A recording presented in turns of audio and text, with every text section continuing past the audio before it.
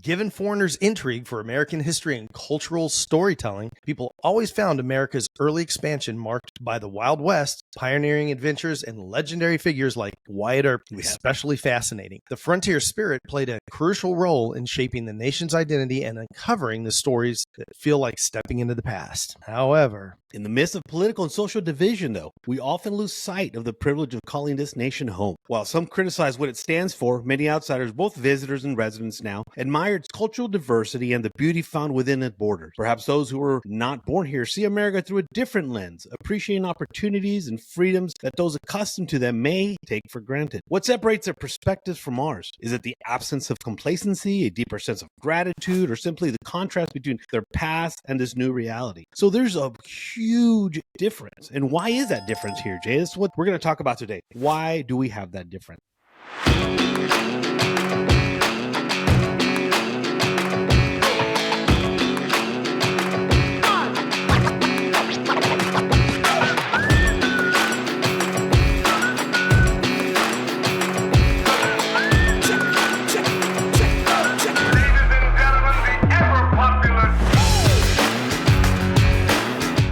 And there's a couple of things I think that you and I have talked in the past, and even now that we see with the rise of social media platforms out there, just how some people either hate this country or love it, right? Whether they're born here or they weren't. Some see the things that we've taken for granted as something they don't, even free countries out there. Because, you know, if you look at it and people call themselves a free nation, they're never truly really free, right? They still have some control in some aspects of their lives. Let's take a look at the UK at the moment, how they are censoring all kinds of material that people can say either out in the streets or on their social media platforms. Something that today here in America, we would find incredibly appalled to know they're doing that, right? Where I can't go outside and preach the word of God, or I can't go on my social media and say, I don't believe in transgenders, or, you know, whatever the case is. We're not limited to that free speech. Now, granted, some of that free speech leads to hatred by others because in their views, only their speech matters and not the opposing person's speech. But for us as Americans, to ever even think about that ever happening that's ridiculous. Would you ever think that there's going to be a day where in America, someone's going to say, hey, you can't say that. Hey, you can't preach in that corner. Hey, you can't do that. No, we don't think about it because we know it won't happen, right? Because then chaos would ensue. That's the problem. We take that for granted. We think that, hey, it's not going to happen here. So to me, it's a God-given right, right? Because the Constitution, based on religion, on our forefathers, that's why we always say, people, you hear it all the time, oh, that's my God-given right, because it was Christian, the Constitution, and how they brought it together. So we have this tendency that's our God-given right. No one could. We have this ego. We have this pride on our shoulders as Americans to say, you can't do that, dude. You can't take that from me. I could go over there and beat you, and that's my freedom right there. I could do that, right? And yeah. But isn't that how far we've gotten?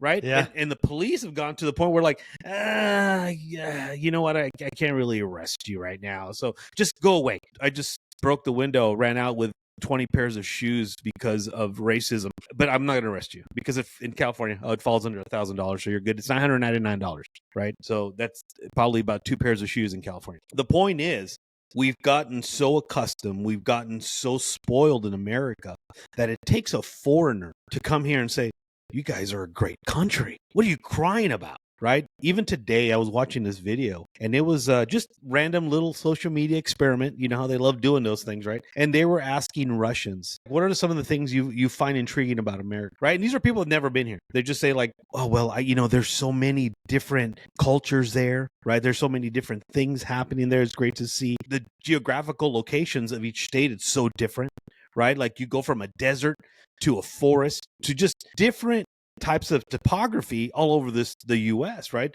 Where in Europe, you'd have to travel to another country to see something, right? And you go from the plain, right, from the flat lands of the Midwest to the mountains of the Rockies, and just so many different lakes. Everything's so diverse, from the people to the topography out here, and just simple things like that. I was watching this video, and I think I shared with you last time, where people were taking their oath, right, because they became U.S. citizens. They did it the right way. They became citizens. They came out of there because, everyone's given a little American flag. And they come out of there, man, waving that flag. Oh, yeah. Happy. Like, We did it. Like, so proud. And then you have these jabronis burning the American flag, people that live here, that are born here. You're like, where's that Jabronis. where's that divide? So today I want to talk about what stands out about America. What is it that attracts people to America? Besides, clearly the obvious, what are some of the things that we see? I think, and the first one I think we should hit is the cultural melting pot that we have here.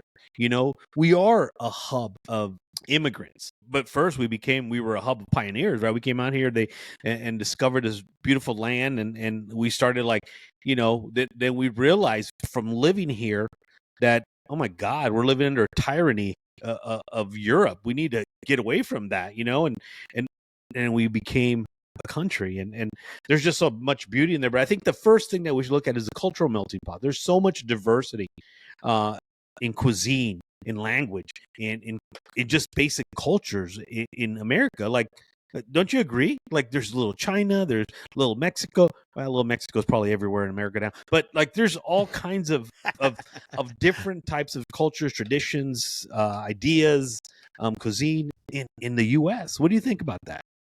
Yeah, absolutely. I kind of stepping back on what you were saying just right before that, and that leads into the United States being a cultural melting pot, is these folks that they've just become a U.S. citizen, right? They've taken their oath and everything, and they get their paper and their, flag and all that kind of stuff. And they're so proud at that moment, right? And that doesn't mean that, if they're from Mexico, if they're from England, if they're from Africa, that they're not going to bring, like you said, some of those cultures, some of those, the food, the beliefs, all these things. It's probably already here. Yeah, it's probably already here. And they're going to find a community that kind of, mimics their comfort level, right? And they've probably, if they've been here, they've probably already been, they're either living in those pseudo communities, or they know where they're at, so they can go and get, food that's as close as possible to where they're from in their home. I mean, you say, well, why does this specific area have so many people from this culture? Like, if you go to, obviously, Florida's a great one, right? Florida, a lot of Cubans. Why?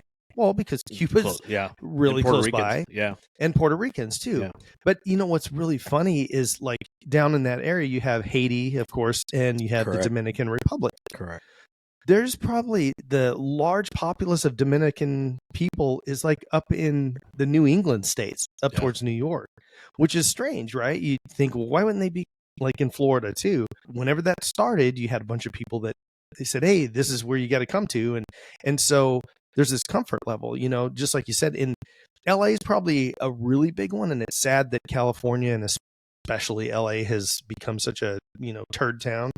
But LA is great for having such a huge melting pot. And that's what used to make it so great when Hollywood was great. And when you had little Chinatown, right? And you had Olivera Street, you had little Mexico, and you had all these different places.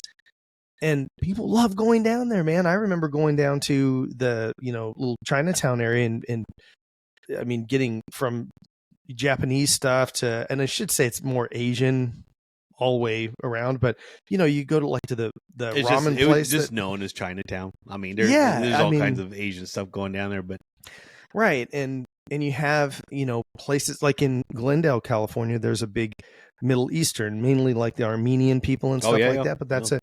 And then if you go like down to Westminster, it's a huge Vietnamese population there. Not that there's not other people that live there, but those cultures have. Michigan's the same way. Kind of we talked about it a couple episodes ago, like Dearborn, Michigan, right? A lot of Middle Eastern folks there and such. So and great food too. Yeah, well, whenever you get to these places where you have people from those cultures are concentrated in one place, they want to create what they had back home. Now, here's the key thing. And again, I hate to keep harping on these people that just came in, just became citizens. But one of the great things about it is they want to bring a little bit of the flavor from home, but they want to leave the bad parts of their home behind. And they want to take advantage of what the United States actually offers them for their future and for their kids' future. Right. And that's one of the great things. And it's sad that people that were born here that have all the opportunity in the world are some of the biggest complainers and biggest whiners about everything that we that we're offered here, and that people that are coming from outside the country are offered. It's really strange when you see people that are from, say, like Iran, right? Mm-hmm. A country that a lot of sanctions against them, a lot of issues with them being able to do anything. Iranian people are extremely smart, right? And they come over here. A lot of them work in high-end sales, what do you call it, property development and stuff like that. They make a lot of money. Yeah. These people are very wealthy, and you'd say, well, gosh, how did they do that in American people? Because they come over here and they're not messing around, and they don't sit around whining all day. Correct. About somebody called them some. They get made fun of all the time.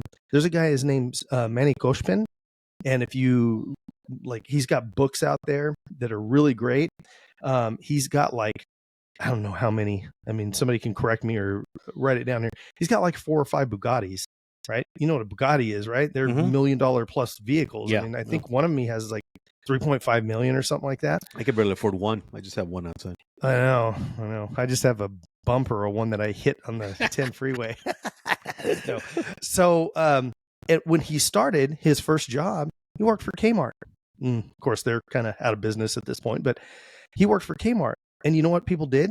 They made fun of him because he didn't speak English good, because he had a funny accent, because he was from Iran and his parents fought to get over here. He took that being made fun of and everything and applied it. And now he runs his own company, and he has... Hopefully not Kmart, because that went bankrupt. No, not Kmart. Oh, okay. Sears. No.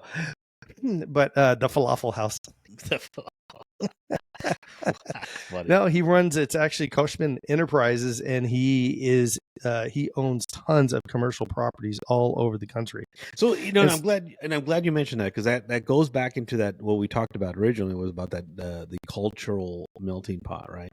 It drives just all these people, because like you said earlier, you mentioned that they leave all their sorrows behind, the persecutions, whatever it is that they're fleeing from, right? And it doesn't have to be something like a drug cartel, right, or a socialist government or anything like that. It just could be that they know that America is a land of opportunity, especially for people, lack of opportunity where they're at. Correct. Especially for people who are rich in their culture, because America is, as much as people say that we're racist, America is so welcoming with different cultures, especially food, because Americans are a bunch of foodies, right? And fatty foodies. There you go. And we have a friend in common who's from El Salvador, and if not for her, I would have no clue what a pupusa was, right? Pupusa, and yeah, and I'm thinking now, I'm like, great, more floury stuff to get fat, right? And I'm like, bring it on. But those are the things that I think have connected us as a society, right? Because I mean, if you look at other countries, it's like, let's look at Europe or the UK for that matter, and we're looking at whether they're black, whether they're white, whatever it is, they share a common thing, and they love their beans on toast. And I don't get it. I've never had it. I'm not gonna try it. But in America, you could go out to, if you feel like Chinese food, you're going to eat Chinese food. You feel like some kind of Japanese steakhouse, you go to Japanese steakhouse, right? If you want some Mexican food, and here's the thing, it's not just like Mexican food. It's like infused American Mexican food, right? We take stuff and we infuse it, but if you just want regular Mexican food from a little taco cart like they do in Mexico, guess what? We have it here in the States, right?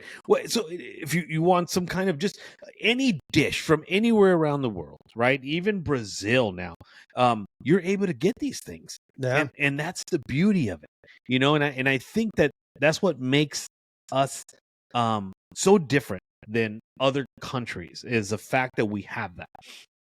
I think the second one now, because we talked about the cultural melting pot. Second one is the influence of individualism, right? And you were talking about that gentleman, which, because of the freedoms that you have, they contribute to groundbreaking innovations, and they have that spirit of ambition because they have those opportunities, right? Am I correct in saying that? Yeah, absolutely. And I think that we were already kind of leading into that, perfectly. And like you were talking about, obviously the food thing is cultural and everything, right? Especially number one, numero uno. But the influence and the individualism that the United States really pushes for, right, for people, and it's a natural push. So when I say that, the United States naturally pushes you to do that.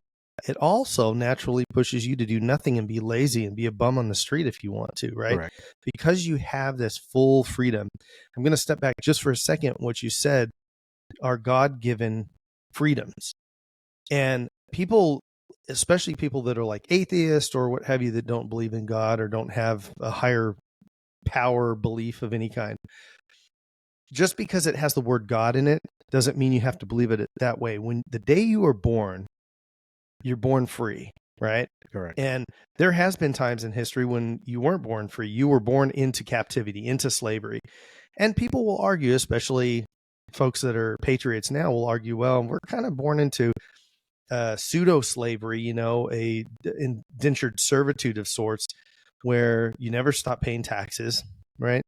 One of the things they're fighting right now on Capitol Hill is, and what's his name? Ron DeSantis actually had mentioned it about, when you buy your home, let's say you pay it off, it's still not your home. You're paying taxes, so you never truly own that part of your life. And that's something that is wrong, right? It should be something that people own at the end of the time of paying for it. If you achieve the goal of paying your house off, there should be no taxes, right? Is that what you're saying? Because I agree.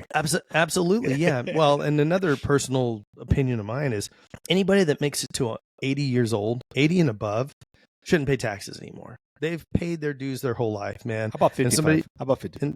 55, yeah. And somebody would say, well, but what if they own $1 million, multi-million-dollar company or whatever? Well, the company has to pay its taxes still. I'm talking about the individual. Yeah. I don't care if it's Elon Musk, right? They have paid their dues in life.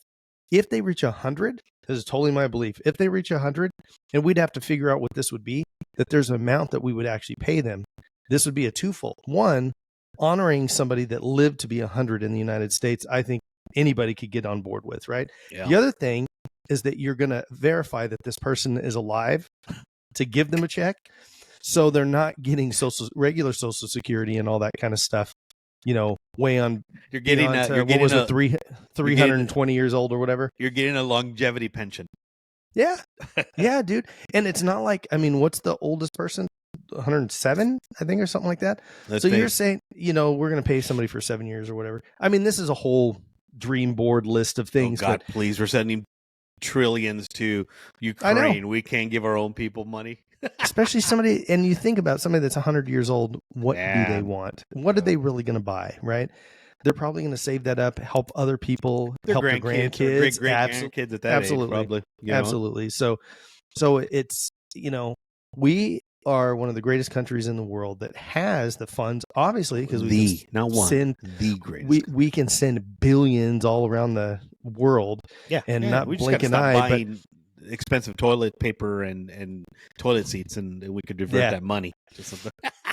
Yeah. So the individualism, like the story of Manny, having some guy that comes here with nothing. Him and his mom lived in an old Datsun. Remember what a Datsun was? Yeah, I used to have a Datsun B210. They lived. Oh yeah, that's right. Looked like an egg. Yeah, they lived in their car, right? For a short amount of time because that's all they had. And he worked at Kmart and worked his way up, and then worked at a service station, and then bought a service station, right? And so one of the key things that I think with this individualism thing is kids that are in school that are born here, their number one worry, and this was even when we were kids, man, is to fit in, to be a part of the crowd, to have friends, for everybody to like you and respect you and want to be your buddy, and you go out and hang out with them. These kind of people that come here don't have any friends. So their number one thing that they want to do is become successful and do better than their parents did, which isn't a high mark, right? Their parents are coming over with nothing. So this level of individualism for these people, I think, is much greater than it is for the average American, because the average American, I hate to say this, Joe, but we're spoiled, dude. We are. Well, let me tell you something, and I always tell this story about my parents, right? My dad was an immigrant. He came from Mexico. His whole family did. He got his, he was a citizen, whatnot. He became a citizen. But during that time, I remember like his stories and my mom's story. My mom's from Texas, so she was born here. But they used to work the fields. So my dad would follow the fields from the work from the valley all the way up to from Southern California all the way to Northern California, wherever it would take them. They'd follow the either picking grapes, lemons, whatever the case is, right? And my mom did the same thing, right? I remember she used to tell me these stories that when she was a little kid, she had these big canvas bags where they put the lemons in. She was a little girl, and they would have to get in there and grab them, and they were getting cut. So she had all these just scratches from the thorns from the lemon trees, and she was just dumping them in these big bags. And like she said, the bags were almost bigger than her, and they get paid by the pounds and whatnot. But they came from that, right, to having 4 businesses and gas stations and things like that. They own so bars, awesome. drive-in theaters, radio stations. Like they had my dad created a little monopoly of businesses, and from nothing, from picking the grapes in the field, right? And to me and it's not just that. Like even like from your end, your parents, they weren't immigrants, but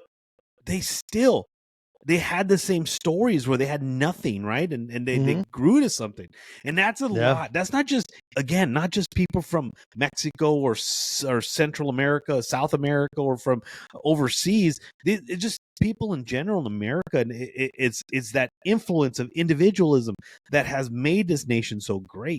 So which leads to number 3, which is something that we talked about earlier, which is the geographical diversity in America. Right.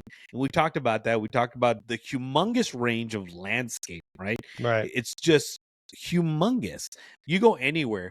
Like I lived in Michigan for about almost 4 years. And like the difference is night and day from what I saw in Michigan versus what I'm used to seeing in Southern California, right? Or even in Arizona. Yeah.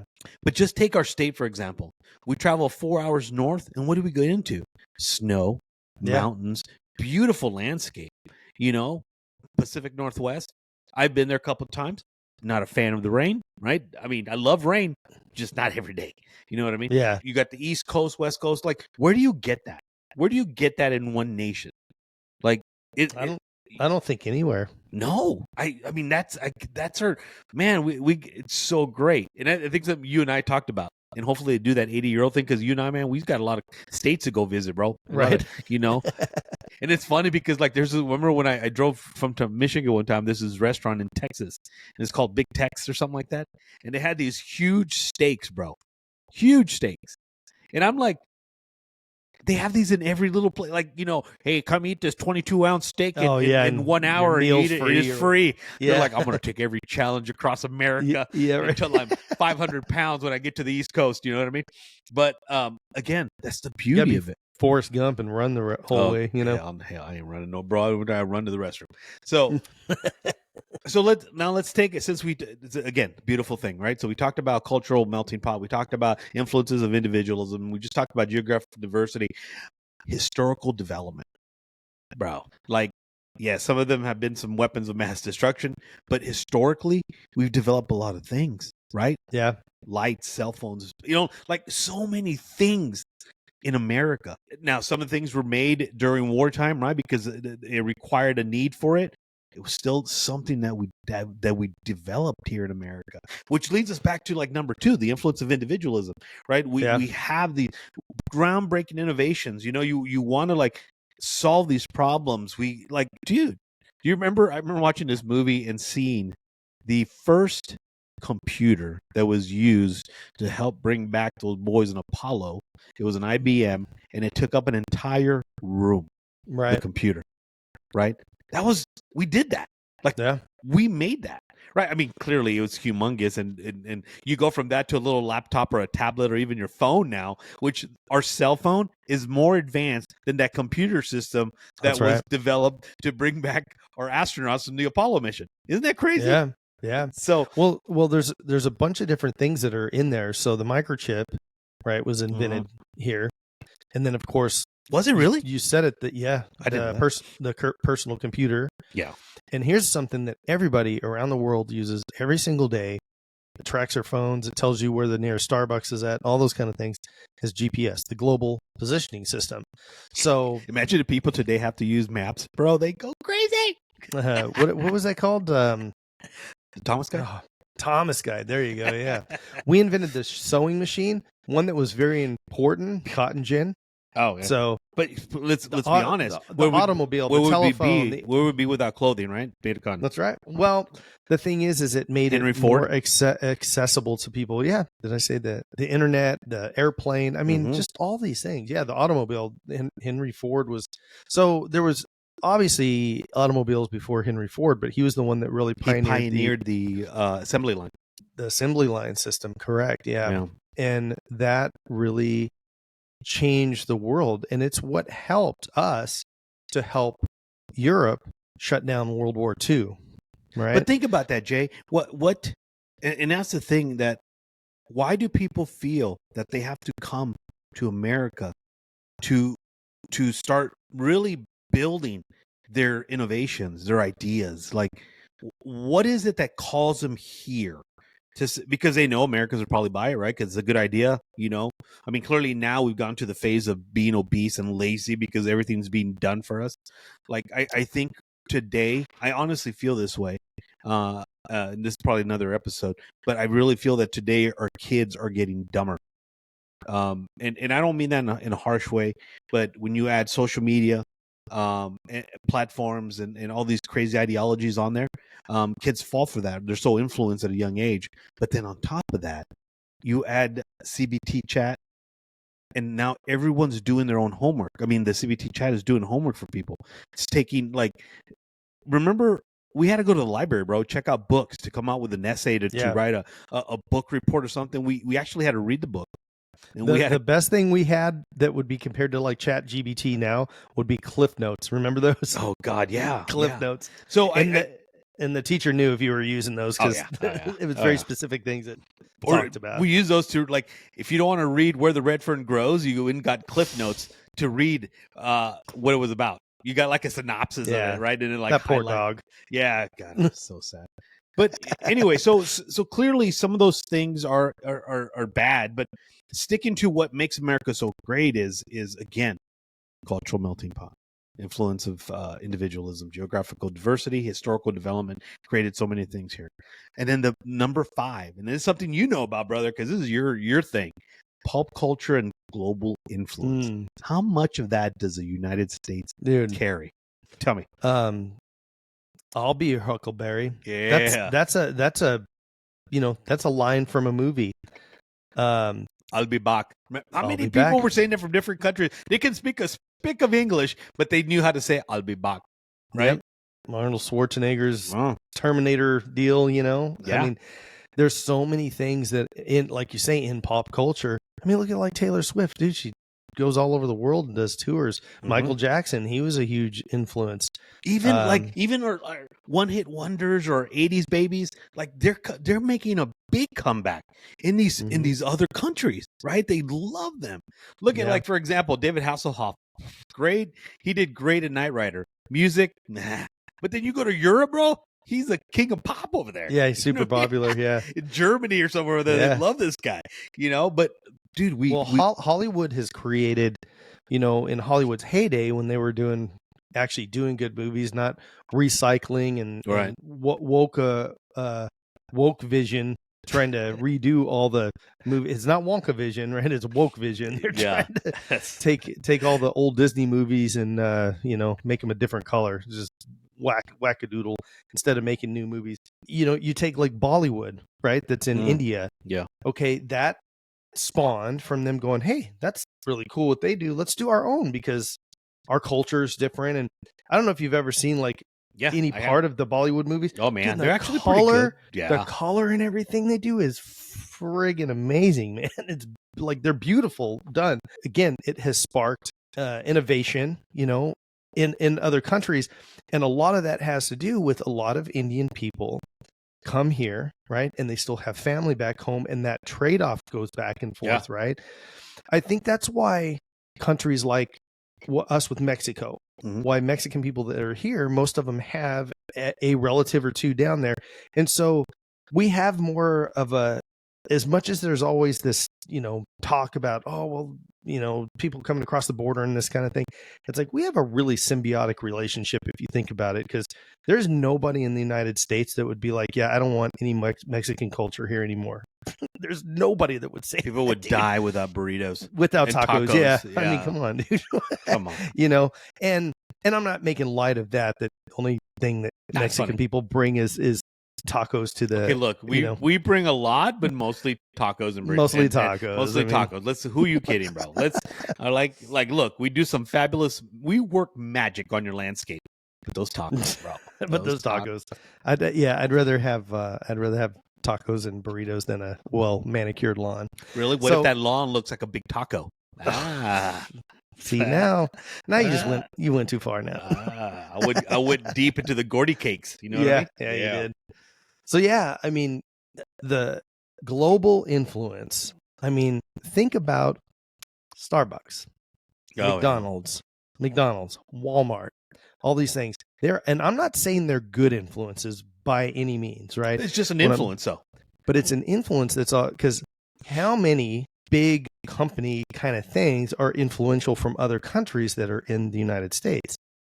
It's probably pretty few and far between. Yeah. United States at Coca-Cola. Dude, Coca-Cola, I think, don't quote me on this, but I think it is one of the most recognized symbols, like the Coke symbol, even if it's spelled a different way, that red with the white script Coca-Cola thing. Yeah.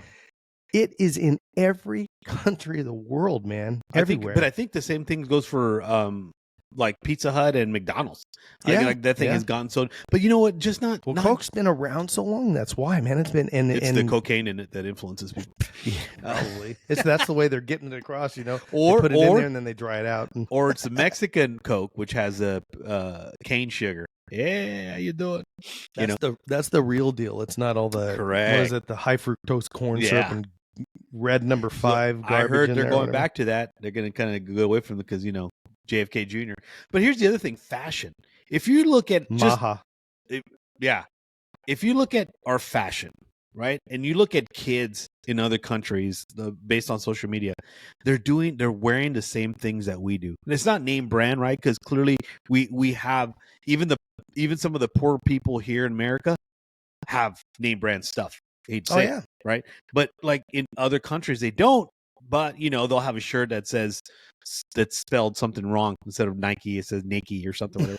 But and all the unwinning Super Bowl teams that the shirts are out there. Yeah, they had to sell them to somebody. Yeah. But the point is that they try to, and I don't want to say mock us, but they try to kind of represent like what culture is. Like, to me, when I see that, it's like they look to America to lead the way in music, in fashion, in food, in Hollywood, right? These trends that happen, like social media, bro. You get on these trends on social media and you'll see them across the board in the world, everywhere, from China to Russia to South America. Everyone's doing this one dance, or everyone's listening to the one song. It's happening. Music, being a musician yourself, you see how much American music has influenced other bands in other countries, right? To kind of follow that, right. and like even like our older music, like you have like AC/DC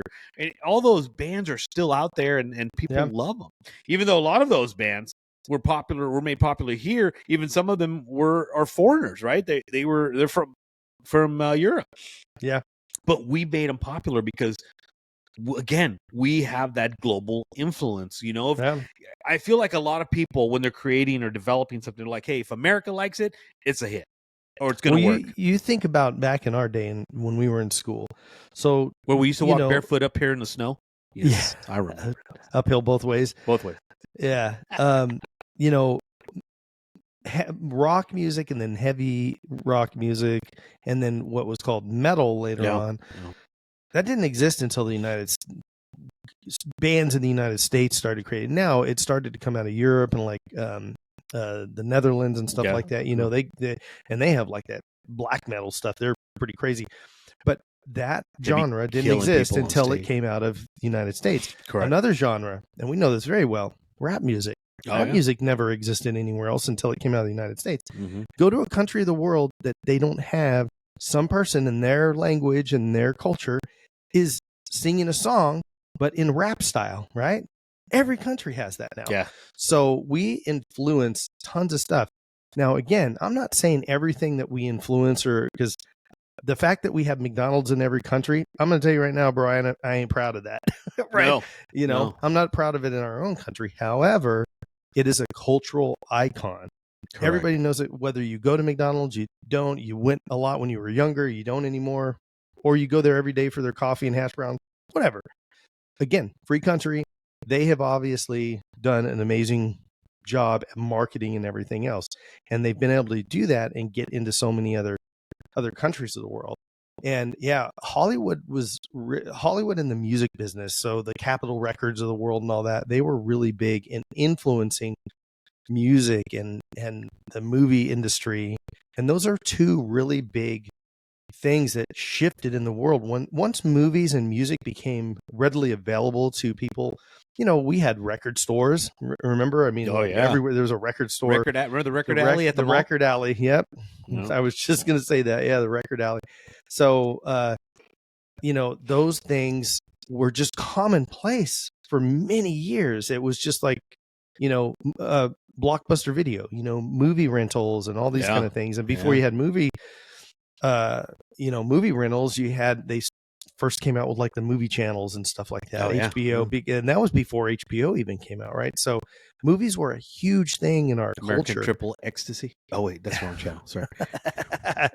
That was like channel 682. That was on satellite dish. Remember satellite dishes? Oh, the big, it looked like you were trying to talk to NASA from your backyard. Yeah. Pop culture, man, it's a big one. And I think the United States has a lot to do with the world's pop culture, right? Yeah. And I'm not ignorant to say that, you take like stuff from England, let's say, for example, they had, a funeral at a wedding or something like that. I can't remember but that was an English movie. And then they did it in the United States. Right. And to be honest with you, the one in the United States, I think is funnier, not just because we live here, but because of it was like Chris Rock and, they had the cast was really good in it. And the same thing with The Office, right? The Office started over there and then they brought it here. Well, which one is more popular worldwide? The one that's here. Yeah. Right. But you're right. We also take from other absolutely global influences and we make it our own. And that's the thing. And people like that. So, but there's some things that we can take. Like, I don't know if you remember growing up, I grew up watching the Benny Hill Show. You remember Benny Hill Show? Yeah. Great show. I love that show. It was so funny. I used to love how Benny Hill used to hit that little bald old man all the time. The old bald man. Yeah. And unfortunately he died. And they'd run back and forth across the screen. Yeah. Unfortunately he died by himself alone in a hotel room, or in an apartment. It's sad. But anyway, and that's the thing. Some of our comedians picked up on a lot of those Benny Hill shows and a lot of those funny comics from back in the day. And they based their comedy on some things like that, and they developed their own and made it better and stuff like that. Slapstick comedy, right? Things like that has changed so much, but we also get influences from across the world and we make it our own. That's the biggest thing about America, is that we make things our own. And there's nothing wrong with that. Just like there's nothing wrong taking some of America things and making it more for your culture, for your part of your country. There's nothing wrong with that, sharing these things. There's people say like, oh, that's American, you can't take that. Well, you know what, we've taken things, people have taken stuff. This is what living in one world does. We share each other's things. And so I think that's important. And I think that just drives to the fact that as a society, not just an American society, but as a society as a whole, we have to understand that we've all taken a little bit from everybody, and whether we've improved on it, made it worse, Disney, thank you, or done better, we all should be able to appreciate those things, right, and take advantage of those things. And I get it. I get why America is so great and why people want to come here.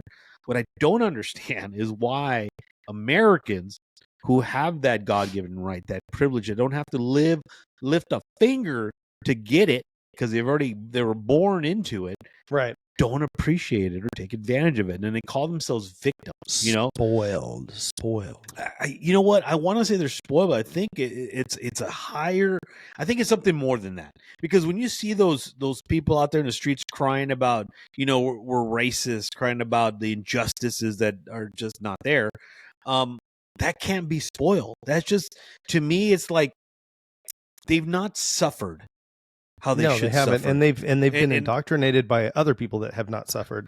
In some cases, Jay, I think they're just dum-dums. Honestly, I don't think they need a lot of influence. I think they really saw that they saw the Roadrunner paint a tunnel on the wall of the Rock, and they think that they could do the same thing, right? And they can't differentiate between reality and make believe, and that, Right. and they don't see what's in front of them. That old saying, you don't know what you have until you lose it.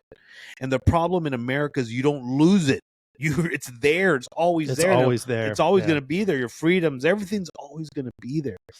Your right to protest, your right to picket, your right to hate something, your right to not like something, your right to love something. You're always going to have it. And that's the problem, that they don't know what they have in their grasp, yet they use it every day. Every day. Right? And it's going to bring me to our last point in what makes America so great. So we talked about cultural melting pot, right? We talked about I don't know why we always make things about food, cultural melting pot. It's the best subject in the world. Just saying. Influences of individualism. We talked about geographical diversity, historical development, and we just finished talking about pop culture and global influence, which we clearly lead the way. But then the last and final one is our economic and political power. Even at our lowest, we still are in economic power to be dealt with, right? And it goes without saying, politically, especially now, we're a country to be not be misunderstood or misled. We're going to run things regardless of our position, right? Whether you like it or not. This is America, though. This is how we are, bro. We got egos, we got pride, but I think the biggest thing is, like, and I hate talking about this, but let's go back 9/11. We were a little diverse, right? We were a little split. There's always been racial tension thanks to the left. There's always been something about that. But then something happened. It didn't matter what color you were, but you died on that day, right? Right. 2 towers were 100%. taken out, planes were taken out, Pentagon. There's so many things that happened. And they didn't say, hey, we're going to get all the white people, or hey, we're going to get all the black people, or no. You know who it was? Americans. That's it. Yeah. Just 100%. Americans. And we came together as a nation. Absolutely. And you know what? It didn't matter what we did. It didn't matter if we went to war, that we did all kinds of things. No one cared. Yeah. You know why? Because we want an eye for an eye. Because you heard of our Americans. That's a sad thing. It's almost like a family. You don't talk to a relative until they die and you go to the funeral. Then you realize it's too late. That's 100%, man. You know what? There was a lady, I was working for a company, and I was in charge of all of our HR stuff at the time. They trusted you with HR? And they did, yeah. Crazy. Shame on them. So anyways, I talked to this lady for our benefits at the insurance company. Mm-hmm. And I just called the phone number, and I would talk to this lady all the time, and she was really nice, and I kind of got to know her, and I go, hey, I got somebody I need to ask you about their, benefits package and this and that, and when their 401k kicks in or what have you. And I remember after 9/11, I made the phone call, and somebody answered the phone, and I asked for her. I said I normally deal with her, and he said, you know what, I'm really sorry to tell you this, but she was actually in the towers when it went down. And I never, other than her name and position at the company, I didn't know what color she was. All I knew was she was somebody on the other end of the phone that was kind as heck. She could have been any color under the rainbow. And we lost an American that day. And I'm sitting there at work, and I got emotional because I'm thinking, how's this possible? Because at that time, I was in Southern California, about as far away as you could get in the United States from New York, right? And to know that somebody that I talk to, not on a daily basis, but, every week or 2 weeks or whatever, that person lost their life in one of the most tragic things that our nation had had to deal with since maybe like the Civil War, right? Yeah. I mean, we've had a bunch of tragedies, obviously natural disasters and things like that. But that's one of those things that, really hit people. And unfortunately, just like you said, man, kids haven't had to suffer, Yeah. and I don't want to say at all that we suffered at all. And I think we had almost fairy tale childhoods, right? Yeah. Really great. I mean, even though we didn't have a lot of money when I was growing up, I didn't know any different, man. We just had fun. We played outside in the We're water Gen hose, Xers, and bro. We're Gen yeah, Xers. right. In fact, we had to stay outside because once you get your feet muddy and everything, nope, You no, ain't door's coming in. locked. You ain't coming in Until you got watered down with the hose. Yep. All right, come in. So that was a really an awakening for me in so many aspects, and that's why when people this whole thing with like when January 6th happened and they're like it's worse than 9/11, I'm like, no, it's not, dude. God, no, yeah. I mean, the amount of people that lost their life and just everything that happened. But here's the key thing, and you said it, hit the nail on the head, is that our nation became one nation at that moment. At that very moment, we were so totally solidified. Now, the little exception to that would have been some of the people that were from the Middle East at that time, just like during World War II, how the Japanese were treated. Some of the people from the Middle East got treated that way too during 9/11. That was right? just, because but that was just distrust. But that was just one of those, like, it happened. The media went hard. We went hard, and our emotions got the best of us. And as Americans, we need to slow down when it comes to that. Not slow down when it comes to justice, but slow down to when we have to point the finger. Because at the end of the day, we see it still to this day, dude. I mean, do. In the media lately, you've seen this stuff. What is it? 86-47. Have you seen that? Yeah. The whole thing with, and so there's more of it going on. Yeah, this should happen. This, and it's like, dude, there's never a time. Like, listen, I'll tell everybody straight up, I didn't vote for Joe Biden. I wouldn't have voted for Kamala Harris, and not because she's a woman or black, because she would have made a failed president. I will say this now. She's a DTD. Hopefully, she's a DTD. Hopefully, in the future, we can replay this and it'll come true. I think our very first female president will be Tulsi Gabbard. I'm just going to put it out there. I hope so. And she was a Democrat, guys. So don't, I don't want to make this all political or anything. So the reason I'm saying that is because it wasn't because the lady was, that Kamala was black or anything else, because she was not the right candidate for it. With all that said, I didn't like Bush Jr. I was not a fan of his. I would never, ever want those people, unalived. I would never want to say anything like that. That's terrible, man. Even in my worst days, I would never be like that, man. Volkswagen is such an un-American vehicle. It's so un-American. I mean, it was like Hitler's. All these people always Hitler, and Trump's Hitler and this and that. Well, look at the history of Volkswagen. Just do it. And then they cheated on their cars, right, to get the smog deal here. The emissions not too long ago. Totally like bypassed all that. So all you freak people that are all worried about the environment and everything, you shouldn't want those cars anymore. Almost everybody that drives those darn things is a super lefty, right? So with all that said, Joe, do you want to go with me and go scratch or damage those cars? Nah, man, I care less about those cars, bro. Right? That's like let me be honest with you. Like, even if you bought a car, even if they have that history, what's that mean to me? Nothing. The car did nothing to me. The guy. It's a friggin' car. Let's be honest. How many Germans from Nazi Germany did we take and bring to America to become scientists here that did good? That's right. That did good. So I'm not going to hold it on that. But here's some things. Heck no, man. But as a nation, guys, let's be thankful for this nation. And again, these points are very important. That makes America different than the other country out there. And I don't mean this to say that any other country is worse or not, but I think there's people that were born into this appreciate these things, right? Yeah. The cultural melting pot that we have. Welcome it. Right. You be cultured. Being cultured means knowing different cultures. Be cultured. Don't just know one, right? Influence of individualism, right? Create a mindset that's going to create some groundbreaking innovations and be ambitious. There's a lot of people out there that have that. geographical diversity. Go out there and explore our nation. It's a beautiful nation. Yeah. Number 4, historical development. Guys, I can't stress this enough. Learn history. Love a history. Know it. It's important, right? Number 5. Yeah, know the real history. I mean, correct. So many people complain about our history being watered down, or there's not enough about the slavery and everything. And, those are things it's not to be proud of. It's just like some of the statues. You have to and know stuff your history, though. You got to know your history, man. Or you'll be bound to repeat it. The fact that we were tearing down statues, right? And they said, well, it's because it's offensive to people, and we need to get rid of these completely. We have artifacts and all kinds of stuff from Nazi Germany at the Smithsonian. And the reason we have that there is because we need to remember our history, not because we're proud of that stuff, but because we need to remember it.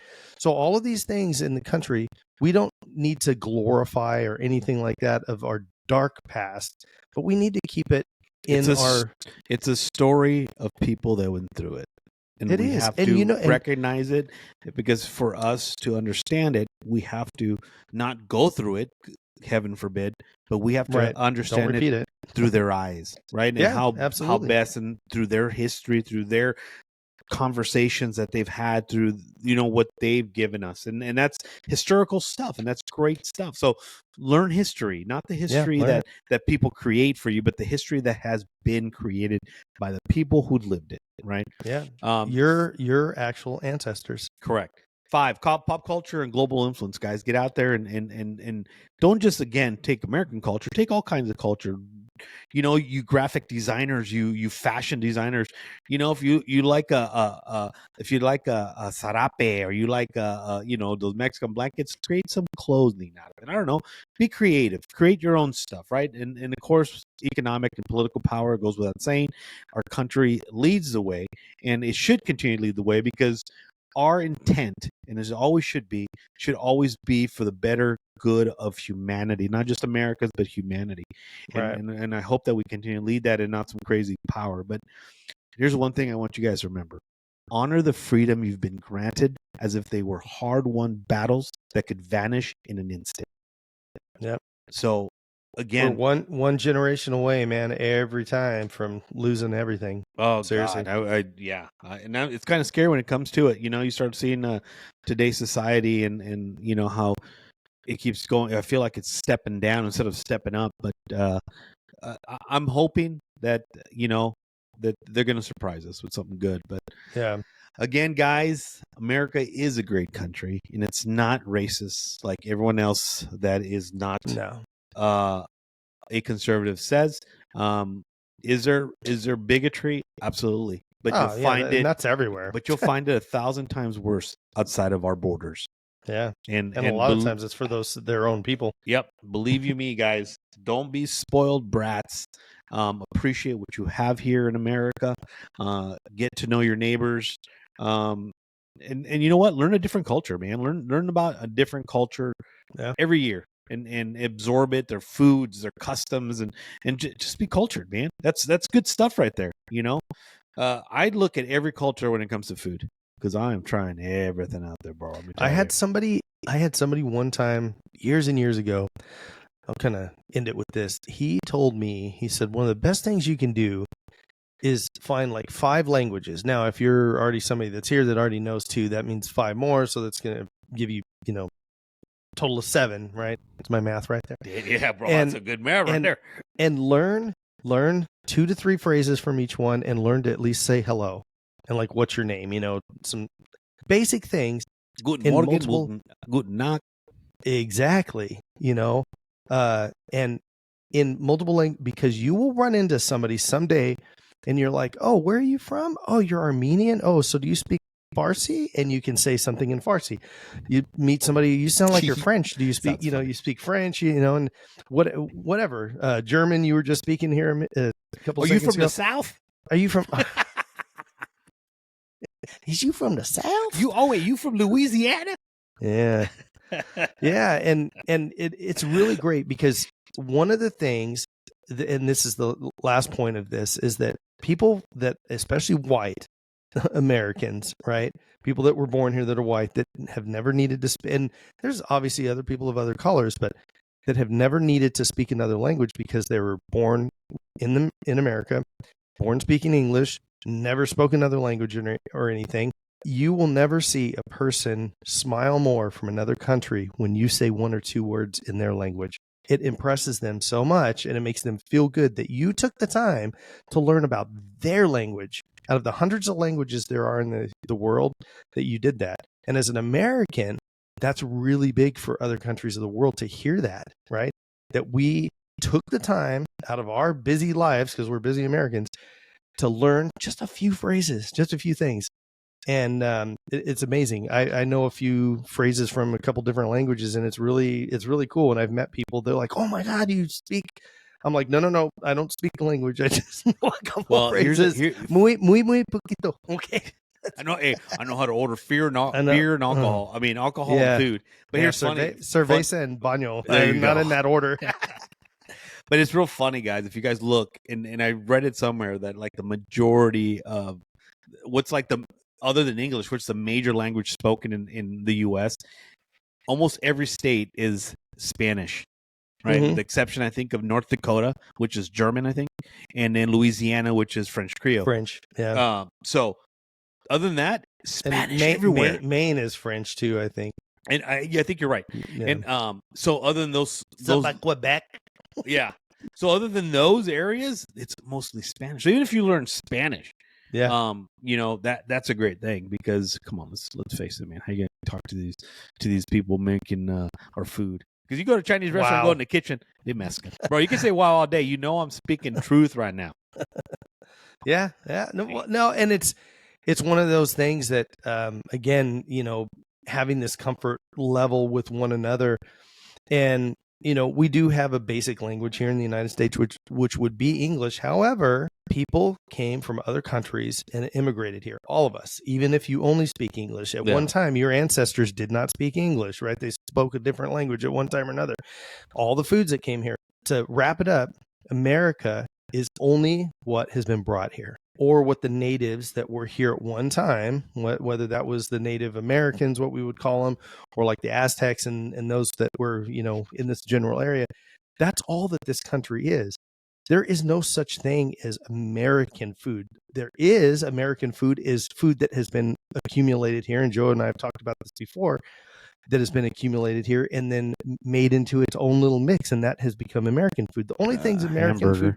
Hamburger. That's like the only thing. But I think they stole that from the Mexicans with our tortas. Tortas. They're like, I like it, but that's a lot of food. Let's make it rounder. Let's more symmetric. That's just weird oval. Yeah, because people would say like hot dogs, and I'm like, it was German. You can't. I mean, it was from Germany. So yeah, I mean, Der Wiener Schnitzel. Der Wiener Schnitzel. All right, man, that's good. All right. Okay, well, before we get out of here, make sure and smash that like button, subscribe to Outspoken, and share the show with everyone you know. Hit that bell icon to get updated whenever we upload a new episode. All right, Joe. Well, this was a good one. Yeah, it was fun. Yeah. Well, as Joe was saying, make sure you take care of one another. Remember, do better, be better. And as always, God bless America. We'll see you next week, guys. Take care of each other. See you next Tuesday.